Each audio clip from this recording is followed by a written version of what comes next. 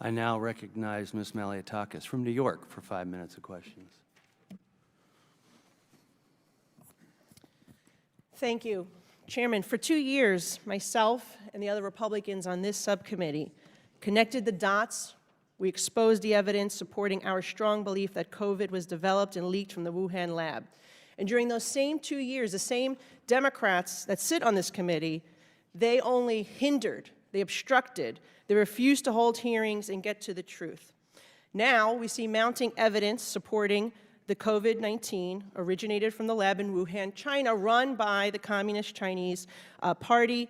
And this hearing is about getting to the truth. I thank the chairman for making this the very first hearing, because the American people who have seen just as many fellow Americans die from COVID, as nearly as many die from COVID, that died in every war since the American Revolution combined, deserve to know the truth. Dr. Redfield, you pointed to the lab leak theory even before we did.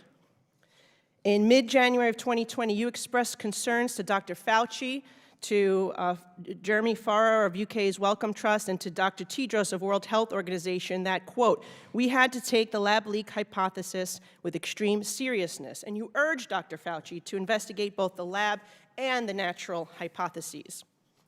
Shortly thereafter, on February 1st, Farrar convened a meeting of a group of 11 top scientists across 5 time zones and asked Dr. Fauci to join, and he wrote, quote, my preference is to keep this group really tight. Obviously, ask everyone to treat in total confidence, unquote. Dr. Redfield, you were excluded from this call, but up until then, you had been on you were included in every other conversation. What changed? Why do you think that you were excluded from these conversations? Thank you very much. I think just to emphasize, in early to mid-January, I did have multiple calls with Fauci, Farrar, and Tedros about how important I thought it was that science get engaged in aggressively pursuing both hypotheses. I also expressed, as a clinical virologist, that I felt it was not scientifically plausible that this virus went from a bat to humans and became one of the most infectious viruses that we have for humans. All viruses are not the same. So when you look at coronaviruses, for SARS and MERS, for example, when they entered the human species, which they did via an intermediate, they never learned how to go human to human. Even to this day, they don't know how to go human to human.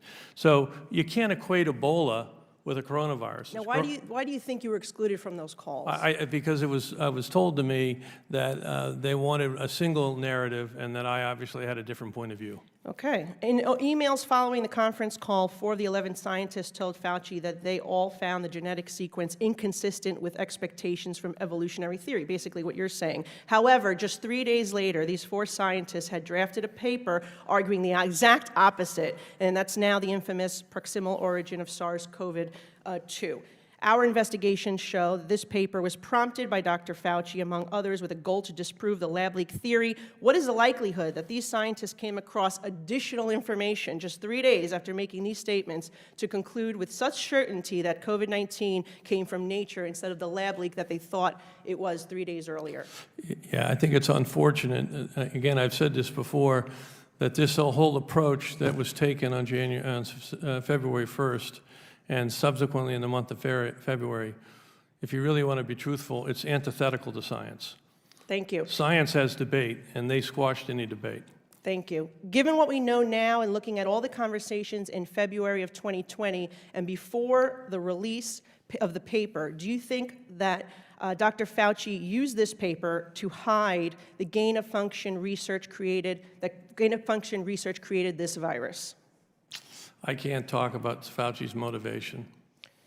Do you think that the paper does hide the truth? I think it's an inaccurate paper that basically was part of a narrative that they were creating. Remember, this pandemic did not start in January at the seafood market. We now know there was infections all the way back into September.